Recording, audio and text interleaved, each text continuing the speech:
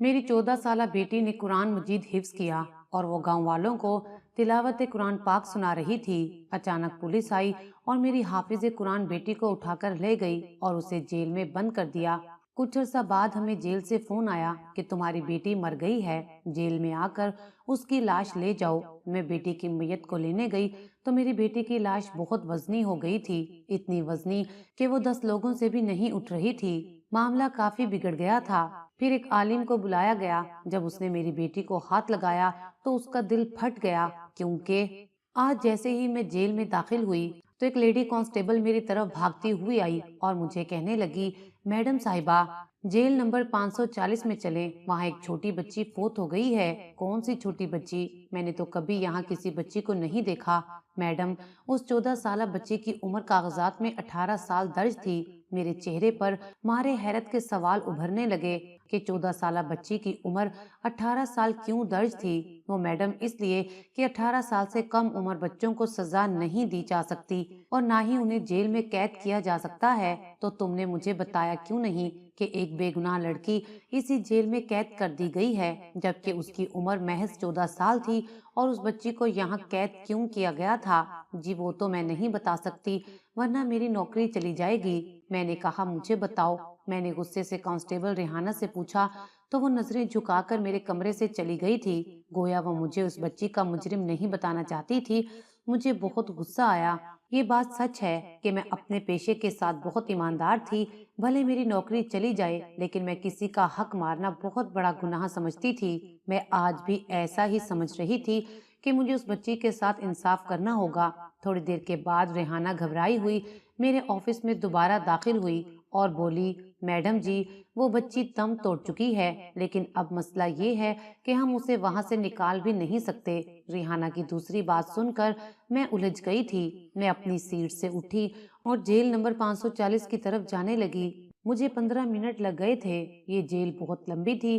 कमरा नंबर 540 में पहुंची तो मुझे किसी के रोने की आवाज आई थी। मैंने देखा तो आसपास वाले कमरों से रोने की आवाजें आ रही थीं। मैंने सोचा कि वहां जाने से पहले इन रोने वालों का हाल पूछ लूं। मैंने देखा वो औरतें जिनकी उम्रें 30-35 साल थीं, वो ऐसे रो रही थीं जैसे उनका कोई अपना बिछड़ गया हो। मैं उनसे पूछने लगी कि क्या हुआ, तुम लोग रो क्यों रहे हो? वो सब कहने लगी कि हम इस हाफजा लड़की महानूर के जाने पर रो रहे हैं। क्यों भाई, वो कोई तुम्हारी रिश्तेदार थी क्या? नहीं मैडम जी, वो हमारी कुछ नहीं लगती थी, मगर वो तिलावत किया करती थी रोज रात के 10 बजे सोने से पहले भी, और सुबह उठकर भी। हमें तो पिछले 6 महीनों से उसकी आदत हो गई थी। क्या वो पिछले 6 महीनों से यहाँ कैद थी? मैंने उन औरतों से ही सवाल कर लिया। जी हाँ, पिछले 6 महीने से वो इसी जेल में कैद थी। आपको आए हुए तो 1 हफ्ता हुआ है, लेकिन हम उसे पिछले 6 महीनों से जानते हैं। हम उसके साथ मजाक करते कि तुम तो इतनी छोटी उम्र में जेल आ गई हो, जरूर तुमने कोई बहुत बड़ा जुर्म किया होगा, अब सारी जिंदगी तुम्हें यहीं काटनी पड़ेगी। ये बात सुनकर तो वो कभी ना रोई थी, बल्कि हमेशा मुस्कुराती रहती थी। हमें उसकी यही आदतें पसंद थी। 14 साल की उस मासूम बच्ची के चेहरे में अजीब सी पुख्तगी और कुव्वते ईमानी थी। वो हमेशा यही कहती कि तुम देख लेना, मुझे यहाँ से छुड़वाने के लिए बहुत बड़ा बादशाह आएगा, जो बादशाहों का बादशाह होगा। उसकी बातें सुनकर हमें तो लगता था कि वो पागल है। एक औरत फिर से रोने लगी। हाय अल्लाह, ऐसे नसीब किसी की बेटी के ना हो। उस बच्ची का क्या कसूर था? वो तो मासूम थी। मैंने देखा कि जेल में सबको उस लड़की से एक खास उनसियत थी, जिसकी वजह से ये लोग आज रोने पर मजबूर हो गए थे। मैं उस लड़की की सील में आई तो एक अजीब सी खुशबू फैली हुई थी। मुझे कांस्टेबल रेहाना ने बताया कि इस बच्ची को खुशबू और इत्र का खास शौक था। वो बस एक ही चीज मांगा करती थी और ये उसके घर से आ जाया करती थी। क्या जेल में कोई इत्र लगाता है? ये तो बड़ी ही अजीब बात है, मैंने रेहाना से कहा तो उसने हाँ में सर हिला दिया, मगर वो अभी भी सच बोलने को तैयार नहीं थी। फिर मैंने धीरे से आगे बढ़कर उसके जिस्म को हिलाया। वो ठंडा हो चुका था और जिस्म अकड़ चुका था। मैं उसे उलट पुलट कर देखती रही, मगर अब कुछ नहीं हो सकता था, क्योंकि उसकी रूह वाकई इस दुनिया से परवास कर चुकी थी। वो देखने में बहुत मासूम मालूम होती थी। उसके चेहरे पर नूर भी बहुत था और उसके हाथ में एक पर्ची थी जो उसने अपनी मुट्ठी में जोर से दबा रखी थी। मैंने बड़ी मुश्किल से उसके अकड़े हुए वजूद को खोला और वो पर्ची निकालने में कामयाब हो गई। मैंने देखा उस पर नीले रंग की स्याही से कुछ लिखा हुआ था।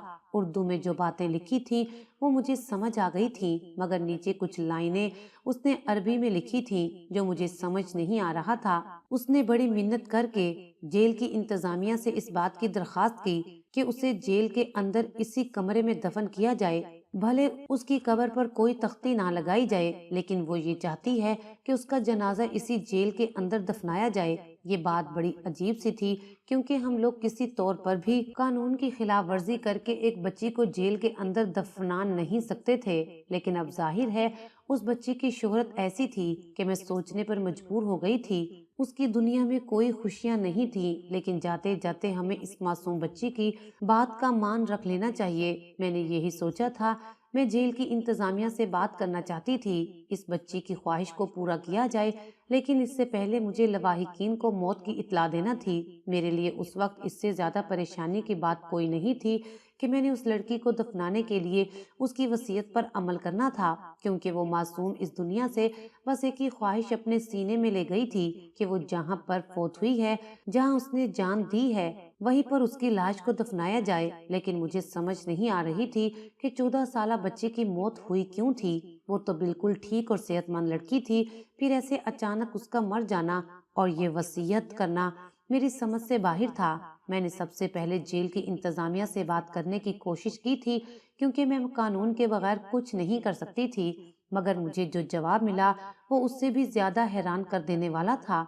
मुझे कहा गया कि मैं इस मामले से बिल्कुल दूर रहूं और कल तक कोई हरकत ना करूं, और ना ही लड़की के लवाहिकीन को इत्तला दूं, और ना ही मैं किसी और तरीके का कोई भी कदम उठाऊं जिससे कानून को ठेस पहुंचे। मैं समझ गई थी कि यह हाफिज कुरान बच्ची बिला वजह तो जेल में नहीं आई होगी, इसके पीछे कोई वजह भी होगी और जरूर कोई बड़ा हाथ भी इसके पीछे होगा, क्योंकि जाहिर है जेल की आला इंतजामिया को इस बच्चे की एक एक बात का पता था और मुझे मना किया जा रहा था कि मैं उसके लवाहिकीन को ना बुलाऊं। 2 घंटे बाद एक डॉक्टर आई जिसे मुझे उस लड़की के पास लेकर जाना था। डॉक्टर ने महानूर को अच्छे से चेक किया और उसकी मौत की तस्दीक कर दी। मुझे डॉक्टर ने बताया कि इस बच्ची की मौत को 12 घंटे गुजर चुके हैं और मजीद तफसीलात तो पोस्टमार्टम के बाद ही बताई जा सकती थी, लेकिन जाहिर है 14 साल की बच्ची का मरना, वो भी अचानक, ये बड़ी हैरत कुन बात थी।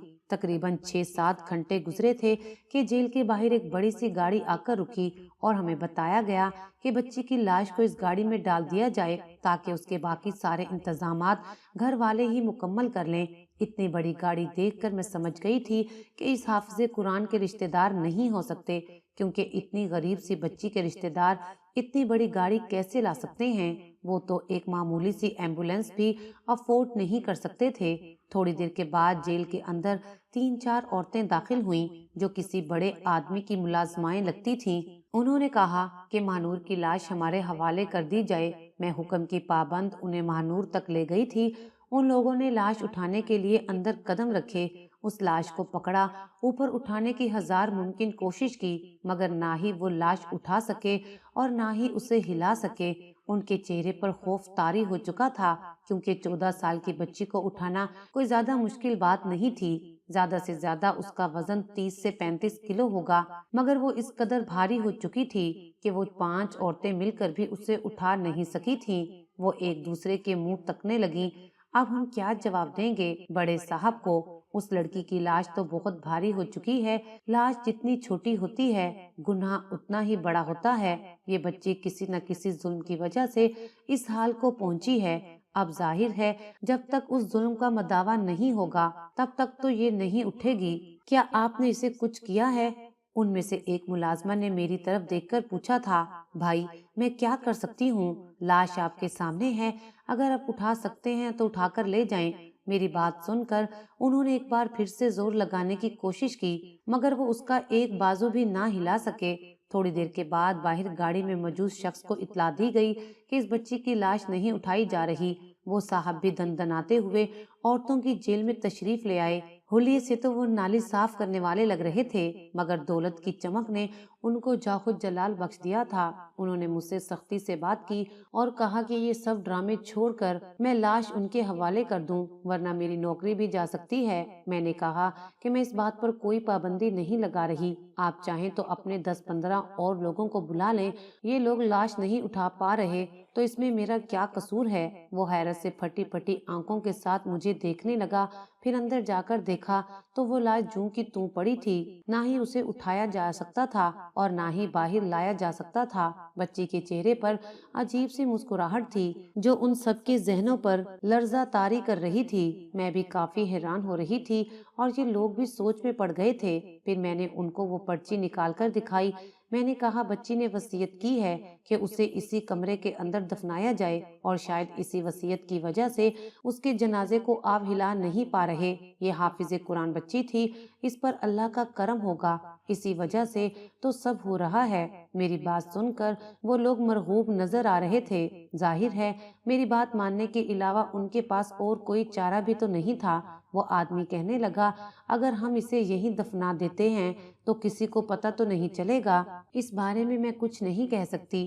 میں نے انہیں سیدھا سیدھا جواب دے دیا چلے پھر یہ معاملہ ہم آپ پر چھوڑتے ہیں، ہم آپ کو پابند نہیں کریں گے، آپ جو چاہیں اس لاش کے ساتھ کریں، لیکن اگر ہمارا نام کہیں بھی آیا تو اچھا نہیں ہوگا۔ میں نے بس ایک ہی بار ہاں میں سر ہلایا تھا۔ مجھے پتا تھا کہ اب مجھے کیا کرنا ہے۔ میں نے جیل کی انتظامیہ کو بھی اس بارے میں مزید تفصیلات نہیں فراہم کرنا تھی۔ میں نے کانسٹیبل سے پوچھا کہ یہاں قریبی جامع مسجد کون سی ہے؟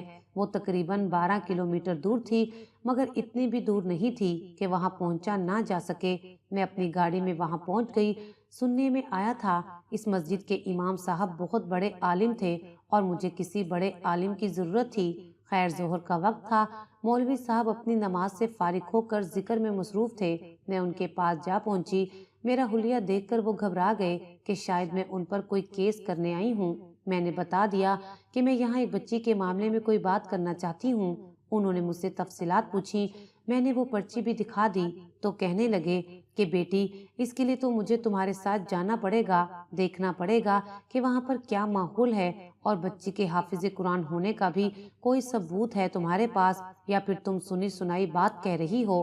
نہیں عالم صاحب، جو کچھ اپنی آنکھوں سے دیکھا ہے میں وہی آپ کو بتا رہی ہوں۔ آپ خود چل کر بھی اس لاش کو اٹھا کر دیکھ سکتے ہیں۔ مجھے تو اس کے لواحقین کے بارے میں مکمل معلومات بھی نہیں ہیں۔ میری ایک ہفتہ پہلے ہی یہاں پوسٹنگ ہوئی ہے، مجھے زیادہ معاملات کا پتہ نہیں ہے۔ آپ میرے ساتھ چلیں گے تو میری رہنمائی ہو جائے گی۔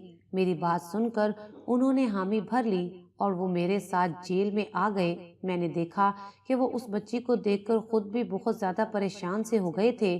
ان کے چہرے پر فکر اور سوچ کے آثار تھے۔ مجھ سے پرچی لے کر دوبارہ پڑھنے لگے۔ عربی میں لکھی زبان ان کی سمجھ میں تو آتی تھی، ظاہر ہے میں عربی نہیں سمجھ سکتی تھی مگر اردو سمجھ گئی تھی۔ انہوں نے کہا کہ بیٹی اس لڑکی نے تمہیں اپنی قبر بنانے کے لیے یہاں نہیں کہا، اصل میں بات کچھ اور ہے۔ اب تم مجھے 3 یا 4 مزدور بلوا کر دو، پھر میں تمہیں اس ساری بات کی حکمت سمجھاؤں گا۔ میں ریحانہ کو لے کر اس کمرے سے نکل گئی۔ ہم نے آس پاس سے 3-4 مزدور بلا لیے۔ مزدوروں کے آتے ہی عالم صاحب نے انہیں حکم دیا کہ آس پاس کی زمین کو کھودنا شروع کر دو۔ میں نے کہا کہ اس بچی کا کیا ہوگا جس کا جنازہ کمرے کے عین وسط میں پڑا ہے؟ اگر اس طرح سے مٹی کھودنا شروع کی تو یوں لاش کی بے حرمتی ہو جائے گی۔ یہ سن کر عالم صاحب مسکرائے اور بولے بیٹی اب تم لاش کو اٹھا کر دیکھو، انشاءاللہ یہ اٹھ جائے گی، اسے اٹھا کر باہر لے جاؤ۔ ان کے کہتے ہی میں نے بچی کو ہلا کر دیکھا تو وہ سوکھے پتے کی طرح بے وزن لگ رہی تھی۔ میں حیرت کے ساتھ پھٹی پھٹی آنکھوں سے اسے دیکھنے لگی تھی۔ ایسا کیسے ہو سکتا ہے؟ آدھا گھنٹہ پہلے یہ کسی وزنی پتھر کی طرح ہل بھی نہیں رہی تھی۔ ہاں بیٹی ایسا ہی تھا، کیونکہ تمہیں اس کی پوری وصیت سمجھ نہیں آئی تھی، لیکن مجھے سمجھ آ چکی ہے۔ چلو شاباش، اسے اٹھا کر باہر لے جاؤ۔ میں نے بچی کو خود ہی اٹھا لیا تھا، وہ زیادہ بھاری نہیں لگ رہی تھی۔ میں نے اسے ریحانہ کے حوالے کر دیا اور کہا کہ اس کے کفن دفن کا بندوبست کرو۔ جب تک عالم صاحب نے اس کمرے کی کھدائی شروع کروا دی، میں نے لڑکی کے لواحقین کو بھی اطلاع کر دی تھی، کیونکہ نہ ہی میں اس ذمہ دار سے ڈرتی تھی اور نہ ہی مجھے اپنی نوکری جانے کا خطرہ تھا۔ جو کچھ میں اپنی آنکھوں سے دیکھ چکی تھی اس کے بعد میرا اللہ پر ایمان مزید مضبوط ہو چکا تھا۔ چند ہی لمحے گزرے تھے کہ بچی کے کفن دفن کی تیاریاں شروع ہو چکی تھیں۔ मैं अभी तक इसी सोच में गुम थी कि आखिर उस बच्ची को इस जेल में क्यों बंद किया गया था। मैंने उसके लवाहिकीन से मिलने का फैसला किया। कमरे की खुदाई जारी थी। कुछ देर बाद उसके गरीब माँ बाप मेरे सामने बैठे थे। मैंने उन्हें उनकी बेटी की मौत की इत्तला दी तो वो फटी फटी आंखों से मुझे देखने लगे।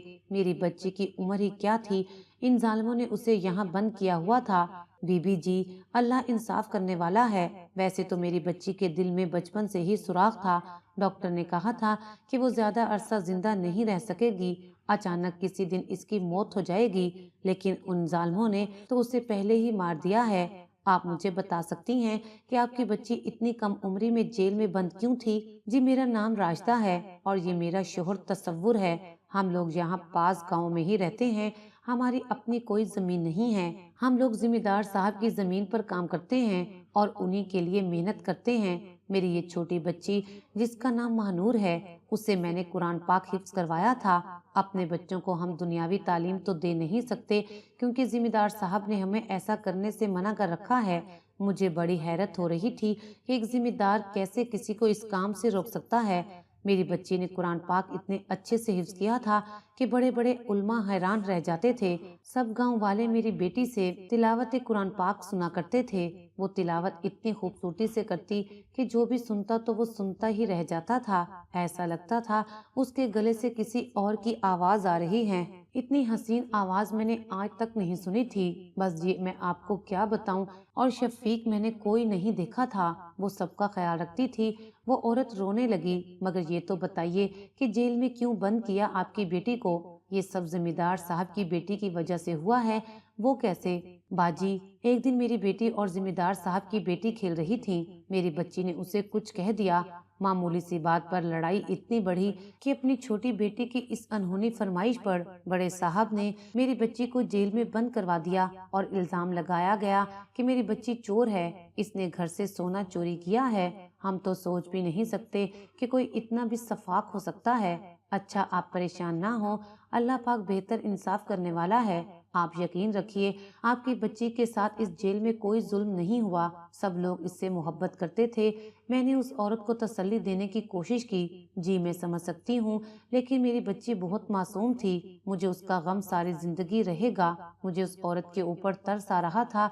इतने में आलिम साहब ने मुझे इत्तला दी कि कमरे की खुदाई मुकम्मल हो चुकी है और वो मुझे हैरान कर देने के लिए तैयार थे। मैं अंदर गई तो मेरी आंखें फटी की फटी रह गईं। अब तो वहां मजदूर भी नहीं थे।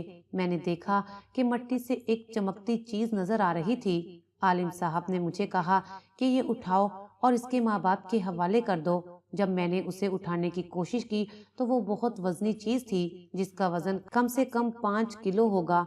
मैंने जैसे ही उसे ऊपर उठाया तो मेरी आंखें फटी की फटी रह गईं। वो तो सोने की एक थैली थी जिसके अंदर बेशुमार कीमती हीरे जवाहरात थे। इसका क्या करना है आलिम साहब? ये यहाँ पर कैसे आए? बस बेटा, जो इस बच्ची ने लिखा था इसका मतलब यही था। इसी वजह से तो उसकी लाश उठाई नहीं जा रही थी। वो सुबह शाम तिलावत कुरान पाक के बाद अपने माँ बाप के लिए दुआएं मांगती रहती थी। जितना अरसा वो यहाँ पर कैद रही, वो बस एक ही दुआ करती रही कि ए अल्लाह, मेरे माँ बाप को अफजल कर दे, उन्हें इतनी दौलत दे कि वो किसी के पास मजदूरी ना करें, जिम्मेदार के पास भी नहीं। देखो तो वो हर रोज अपने मालिक को खत में लिखती रही और जमीन में दफन करती रही। आलिम साहब ने मुझे 10 से 12 मजीद खत दिखाए जिन्हें देखकर मैं रो पड़ी थी। इतनी छोटी सी बच्ची अपने माँ बाप से इतनी मोहब्बत करती थी कि ये सब कुछ अपनी आंखों से देख रही हूँ। सोने की वो पोटली जब मैंने बच्ची के माँ बाप के हवाले की तो वो भी हैरान हो गए। वो मेरी तरफ ऐसे देखने लगे जैसे मैं उनके साथ कोई मजाक कर रही हूँ। अगरचे ये सब कुछ उनकी बच्ची की मौत का अजाला तो नहीं था, लेकिन अगले 1 साल में उस जिम्मेदार से ज्यादा जायदाद और महलात बनाकर उन्होंने उस जमींदार को हैरान जरूर किया था। सच है कि एक हाफिज कुरान की दुआ जरूर कबूल होती है क्योंकि उसके सीने में अल्लाह ताला का कलाम पाक महफूज होता है। और फिर 1 साल बाद वही जिम्मेदार जिसने इस बच्ची को जेल में बंद करवाया था, उसकी सारी दौलत और इज्जत मट्टी में मिल गई थी। आज वो पागलों की तरह सड़क पर भीख मांगता है। मुझे नहीं पता कि उसके साथ क्या हुआ था, मगर मैं इतना जानती हूँ कि अगर कोई किसी के साथ जुल्म करता है तो वो एक ना एक दिन अल्लाह ताला की पकड़ में जरूर आता है اور اس ذمہ دار کے ساتھ بھی یہی سب کچھ ہوا تھا۔